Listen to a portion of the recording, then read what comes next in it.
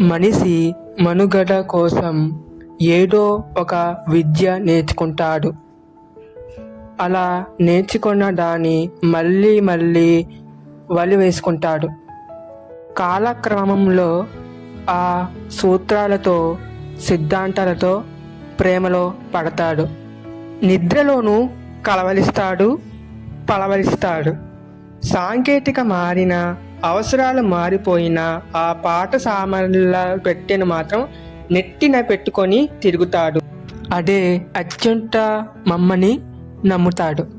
అంతకు మించిది లేదని వాదిస్తాడు. ఆ భ్రమలోంచి బయటకు పడకపోతే తనకే నష్టం. అక్కడే ఆగిపోతాడు. అన్ని విధాల ఓడిపోతాడు. ఆ దుస్థితి రాకూడదంటే ఒకటే మార్గం, లర్న్, అన్లర్న్, రీలర్న్ అనే త్రిముఖ వ్యూహాన్ని అనుసరించడం.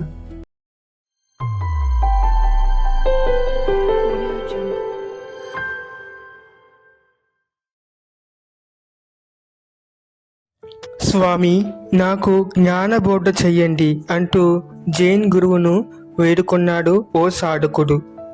తప్పకుండా నాయనా, ముందు ఈ తేనీరు సేవించు అంటూ నిండు టీ కప్పు చేతికిచ్చాడు సన్యాసి. అంతేకాదు, అందులోనే ఇంకొంత పోసాడు. దీంతో ఛాయ్ ఒలికిపోయింది. ఇప్పటికీ నిండుగా ఉండి మళ్ళీ ఎందుకు పోస్తున్నారు స్వామీజీ? సందేహం వ్యక్తం చేశాడు భక్తుడు. నీ బుర్ర కూడా టీ కప్పు లాంటిదే, అసలు ఖాళీ లేదు. అనేక అభిప్రాయాలు, నమ్మకాలతో పొంగిపోతుంది. మొత్తం వదిలించుకొని ఖాళీ కప్పుల నా దగ్గరికి రావాలి. అప్పుడే జ్ఞానం తలకెక్కుతుంది సలహా ఇచ్చాడు జైన్ గురువు. అన్లెర్నింగ్ లక్ష్యం ఇదే, లెర్నింగ్ తర్వాత దశ ఇది, రీలెర్నింగ్కి ముందు దశ కూడా ఇదే. నేర్చుకుంటే జ్ఞానం పెరుగుతుంది, నైపుణ్యం సొంతం అవుతుంది. ఇది లెర్నింగ్ మొదటి దశ. అలా నేర్చుకోవడానిలో అవసరపరమైనవి ఉద్దేశపూర్వకంగా మర్చిపోవడమే అన్లెర్నింగ్. ఇది రెండో దశ. కాలం చెల్లిన చదువు, నిరుపయోగమైన అనుభవం, పడమ తగ్గిన నైపుణ్యంతో పాటు అర్థం లేని నమ్మకాలు, హేతువుకు అందని అపోహలు, అకారణ భయాలు కూడా ఈ జాబితాలోకే వస్తాయి. దీనివల్ల బుర్రలో బోలెడంత ఖాళీ ఏర్పడుతుంది. ఆ జాగాను పనికొచ్చే సమాచారంతో, సమకాలీన విజ్ఞానంతో నింపుకోవాలి. ఇది రీలర్నింగ్ మూడో దశ. ఇది కూడా శాశ్వతం కాదు. ఈ పరుగులో ఎక్కడ ఆగిపోయినా విడిగిపోయినట్టే. మనిషికైతే కష్టాలు, సంస్థకైతే నష్టాలు ఆరంభం. ఎంత విశ్వసనీయత ఉన్నా, ఎన్ని నాణ్యమైన ఉత్పత్తులు అందించినా ఈ ఒక్క పరిమితి కారణంగానే కాలగర్భంలో కలిసిపోయిన కంపెనీలు అనేకం. Kotak film, Nokia phone failure స్టోరీలు అలాంటివే. పేర్లెందుకు కానీ అనామకులుగా మిగిలిన మేధావులు ఎంతోమంది నేర్చుకున్నప్పుడు, శ్రద్ధ వదిలి పెట్టినప్పుడు, నిర్మోహత్వం, మళ్ళీ నేర్చుకున్నప్పుడు జిజ్ఞాస చాలా అవసరం. మనం నేర్చుకోవడం ఆపిస్తే ఉన్న చోటే ఉండిపోతాం, ఘట్టం దగ్గరే నిలిచిపోతాం. మనకు తెలిసిందే సర్వస్వమని భ్రమిస్తాం, ఆ పరిధిలోనే బతికేస్తాం. ఎప్పుడో దిద్దుకున్న 4 అక్షరాన్ని తిరగరాసి మురగబెట్టి మురిసిపోతాం. చిన్నప్పుడు వల్లె వేసిన ఎక్కాలతే విజ్ఞాన సర్వస్వను భ్రమిస్తాం. ఆ అజ్ఞానపు గంటలు తొలగిపోయి చేసిన తప్పులు తెలిసేసరికి తుప్పు పట్టిన యంత్రాల్లా మారిపోతాం. ఈ ఉత్పటానికి కారణం గతంలో నేర్చుకున్నది వదిలేయకపోవడం, కొత్తగా ఏమీ నేర్చుకోలేకపోవడం. లెర్నింగ్ ఎంత ముఖ్యమో అన్లెర్నింగ్ కూడా అంతే అవసరం. నీకేం తెలిసినది ఎవరికి కావాలి, మార్కెట్కు ఏ అవసరం అన్నదే కీలకం.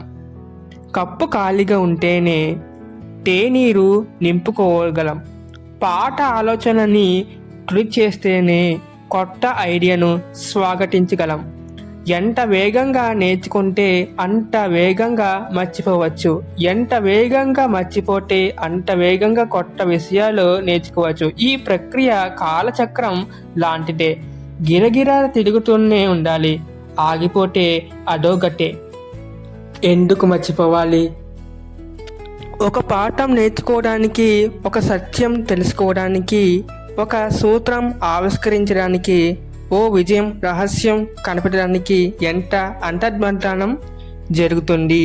ఎన్ని నిద్రలేచి రాత్రులు గడుపుతాం, ఎన్ని సుఖాలు వదులుకుంటాం, ఎంత కాలాన్ని దారిపోస్తాం. తీరా చిటారు కొమ్మకు చేరుకొని మిఠాయి స్వప్నాన్ని అందుకున్నాక అనుభవసరాన్ని చేజేట్లుగా చెట్టపాలు చెయ్యాలా?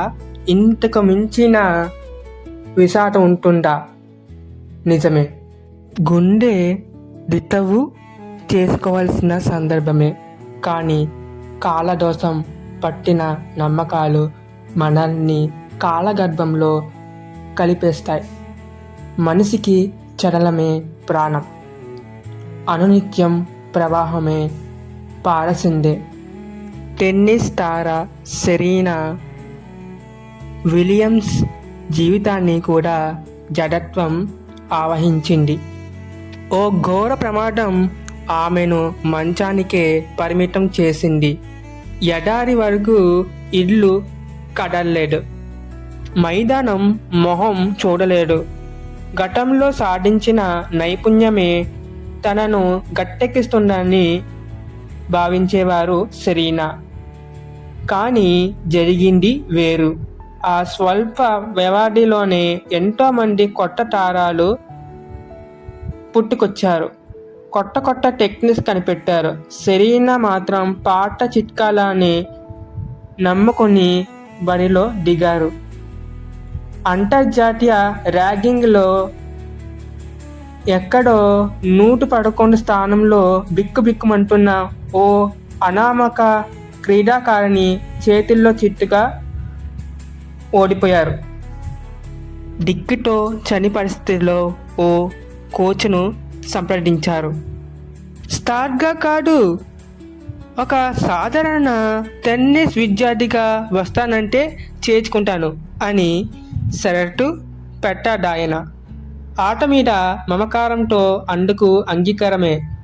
లెర్నింగ్ నుంచి అన్లెర్నింగ్ వైపుగా సాగిన ఆ ప్రయాణం రీ లెర్నింగ్ దగ్గర కొత్త మలుపు తీసుకుంది. తనను తాను కొత్తగా ఆవిష్కరించుకునే ప్రయత్నంలో సెరీనా పాట శైలిని మార్చుకున్నారు.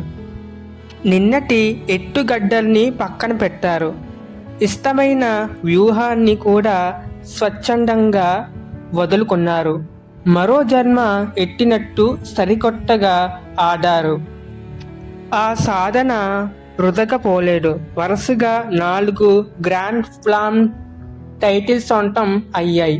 పాటను పట్టుకొని వేలాడిన కొత్తను ద్వేషించి దూరం పెట్టిన సెరీనా కెరీర్లో ఈ మార్పు సాధ్యమయ్యేదే కాదు. అమెరికన్ ఫ్యూచరిస్ట్ అల్విన్ టోఫ్లర్ మాటల్లో చెప్పాలంటే భవిష్యత్తులో నిర్లక్ష్యంటే రాయడము, చదవడము తెలియనివాడు మాత్రమే కాదు, అవసరాన్ని బట్టి గతంలో నేర్చుకున్నది మర్చిపోయినవాడు మళ్ళీ కొత్తగా నేర్చుకునేవాడు. ఇక్కడ మనం వదిలించుకున్నది పాటబడిన జ్ఞానాన్ని కాదు, మనకే తెలుసునని అజ్ఞానాన్ని. కొత్తగా తెలుసుకోవడానికి ఏమీ లేదని అహంకారాన్ని. ఎందుకు నేర్చుకోవాలి?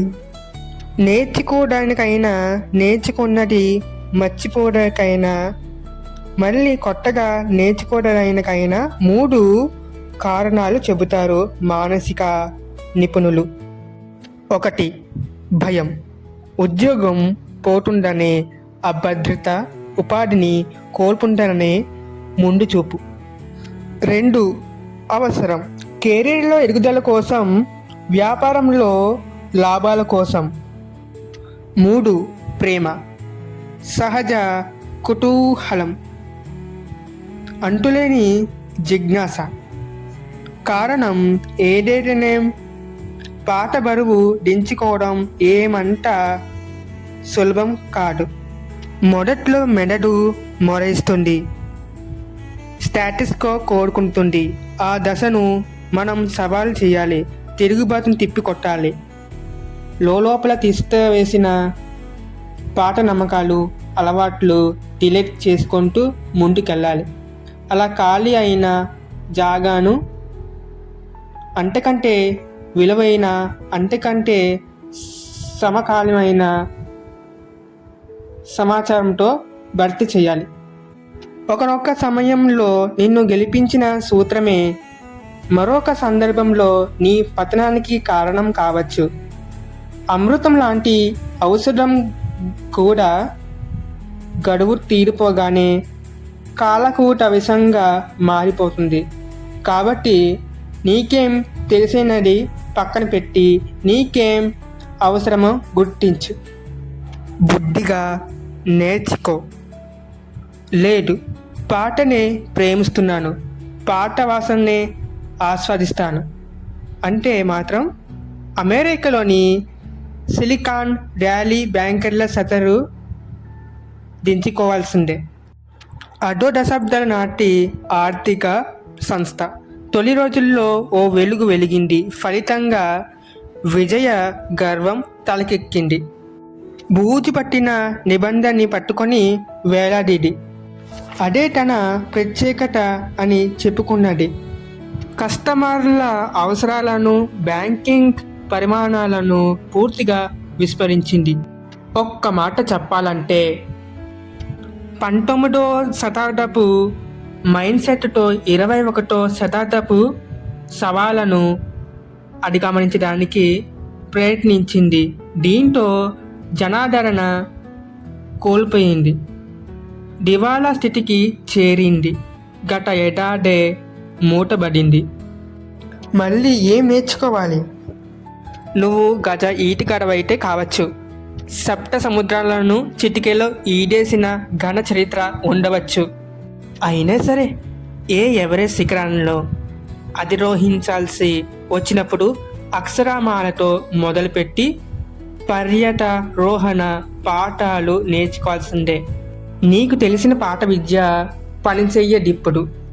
కొత్త నైపుణ్యం అవసరం అవుతుంది. అన్లర్నింగ్ నా జీవితాన్ని మలుపు తిప్పిన మాట. మనుగడ కోసం పోరాటంలో నన్ను కవచంలా కాపాడింది అంటారు జైపూర్ రంగ్స్ అధినేత నందకిషోర్. ఆయన చదివిన చదువులకు ప్రారంభించిన వ్యాపారానికి సంబంధమే లేదు. రాజస్థానీ గ్రామీణ మహిళలు రూపొందించే రగ్గులు, బొంటలను అంతర్జాతీయ మార్కెట్కు తీసుకెళ్లినది ఆ ఆంత్రప్రెన్యూర్ ఆలోచన. కానీ ఆ లక్ష్యాన్ని సాధించడం ఎలా అన్నది ఏ మేనేజ్మెంట్ గ్రంథము చెప్పలేదు, ఏ బిజినెస్ స్కూల్ సిలబస్ బోధించలేదు. దీంతో తాను చదివిన చదువుల్ని బొరలోంచి శుభ్రంగా తుడిచేశారు.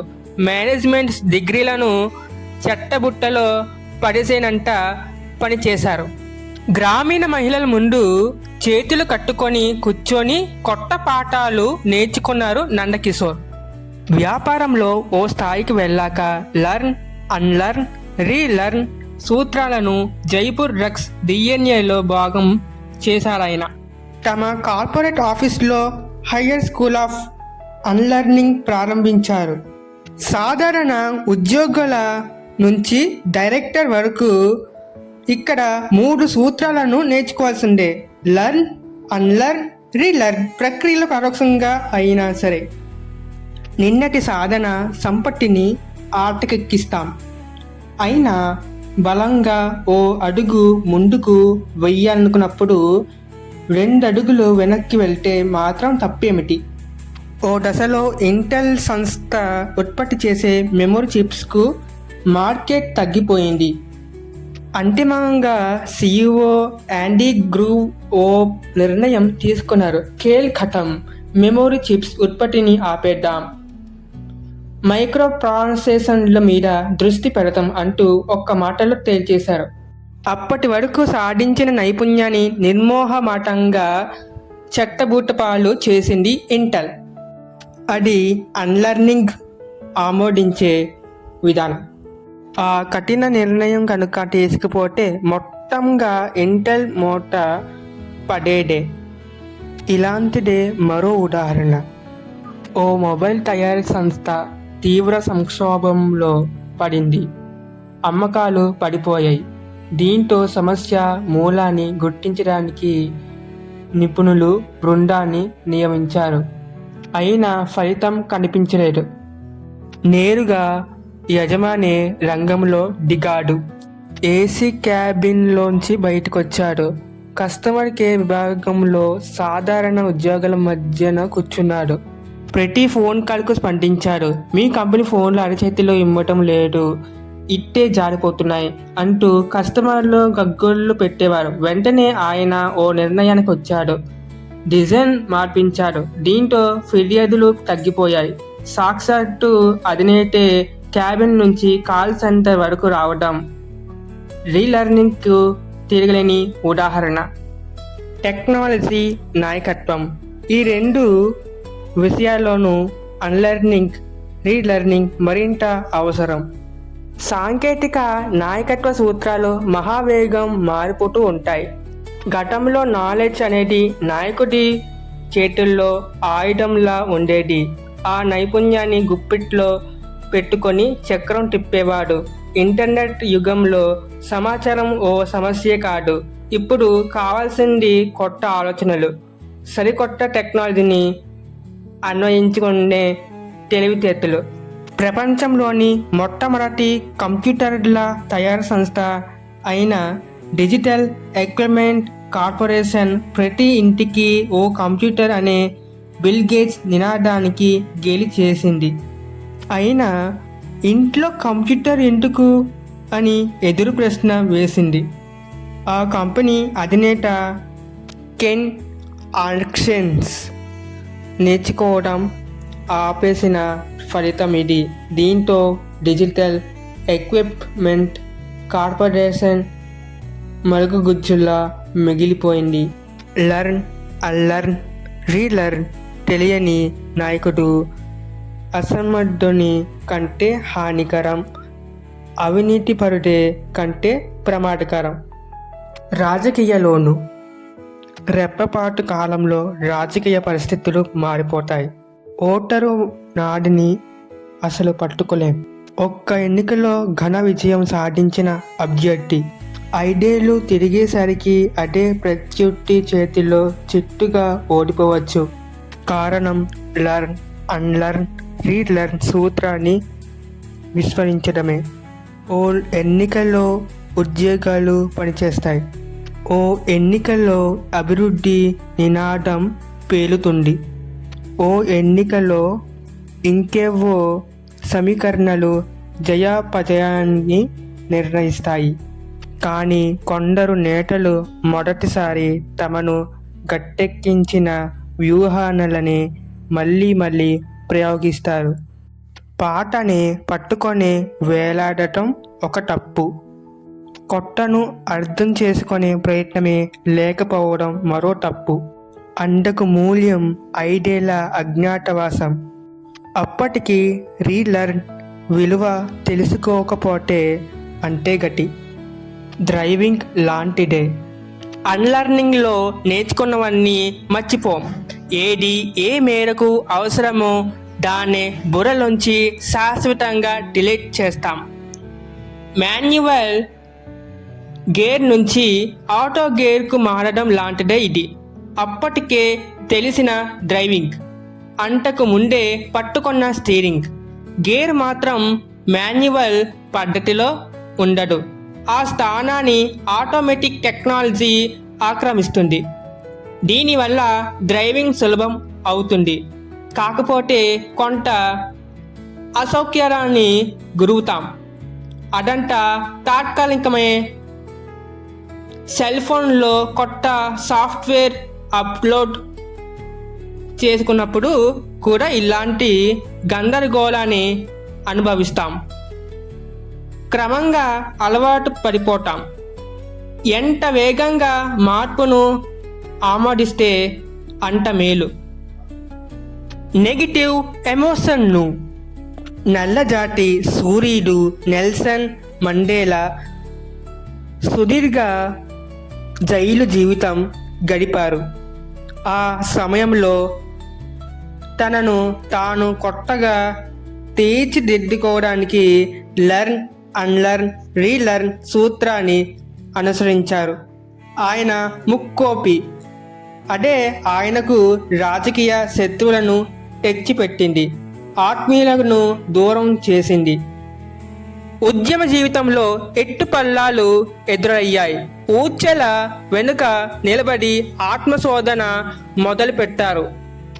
ఫీనిక్స్ పక్షిలా తనను తాను శిథిలం చేసుకొని ఆ బూడిదలోంచి సరికొత్తగా అవతరించాలని నిర్ణయించుకున్నారు. తక్షణమే కోపాన్ని వదులుకున్నారు. అన్లర్న్లో పాడబడిన జ్ఞానాన్నే కాదు, మునుపటి అజ్ఞానాన్ని, నెగిటివ్ ఎమోషన్ను, నీడల వెంటాడే భయాలను వదిలించుకుంటాం. మెదడుకు మంచిదే. రోజు మనం తెలిసిన విషయాల గురించే ఆలోచిస్తాం, తెలిసిన పనులే చేస్తాం. తెలియని సమస్య ఎదురైనప్పుడు కూడా తెలిసిన పరిష్కారాలే ఎంచుకుంటాం. దీన్నే ఆటో పైలట్ మోడ్ అంటారు మానసిక నిపుణులు. ఆ మూస నుంచి బయటపడే లెర్న్, అన్లెర్న్, రీలెర్న్ ప్రక్రియను అనుసరిస్తే సరికొత్త ప్రపంచంలో అడుగుపెట్టినట్టే. ఏదో నేర్చుకునే ఉంటాం.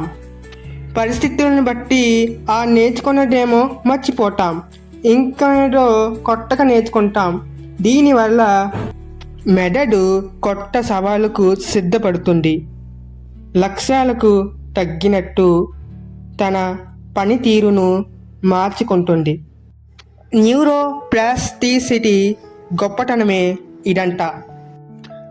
క్షణముల్ కొన్ని నైపుణ్యాలు చాలా వేగంగా మారిపోతుంటాయి. సాంకేతికను బట్టి సరికొత్త రూపాన్ని సంతరించుకుంటాయి. ఒక ప్రోగ్రామింగ్ లాంగ్వేజ్ మీద పట్టు సాధించమని మురిసిపోయే లోపే ఇంకేదో లాంగ్వేజ్ మార్కెట్లోకి వస్తుంది. మళ్ళీ మనం అన్లర్న్ దిశగా అడుగులు వేయాలి, రీలెర్న్కు సిద్ధపడాలి. అలాగే డిజిటల్ స్కిల్స్ కూడా.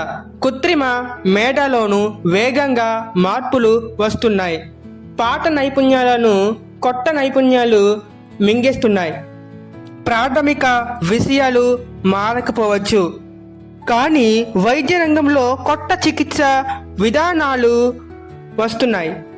రోబోటిక్ టెక్నాలజీ రోజుకో సంచలనాన్ని ఆవిష్కరిస్తుంది. నిరంతర అధ్యయనంతోనే ఇలాంటి మార్పులని ఒడిసి పట్టుకోగలం. ఫ్రెండ్స్, ఈ వీడియో నచ్చిన లైక్ చేయండి, షేర్ చేయండి. ముఖ్యంగా ఛానల్ సబ్స్క్రైబ్ చేసుకొని గంట సింబల్ గట్టి క్లిక్ చేయండి. నెక్స్ట్ వీడియో మళ్ళీ కలుద్దాం. Thanks for watching. Have a good day. Signing off.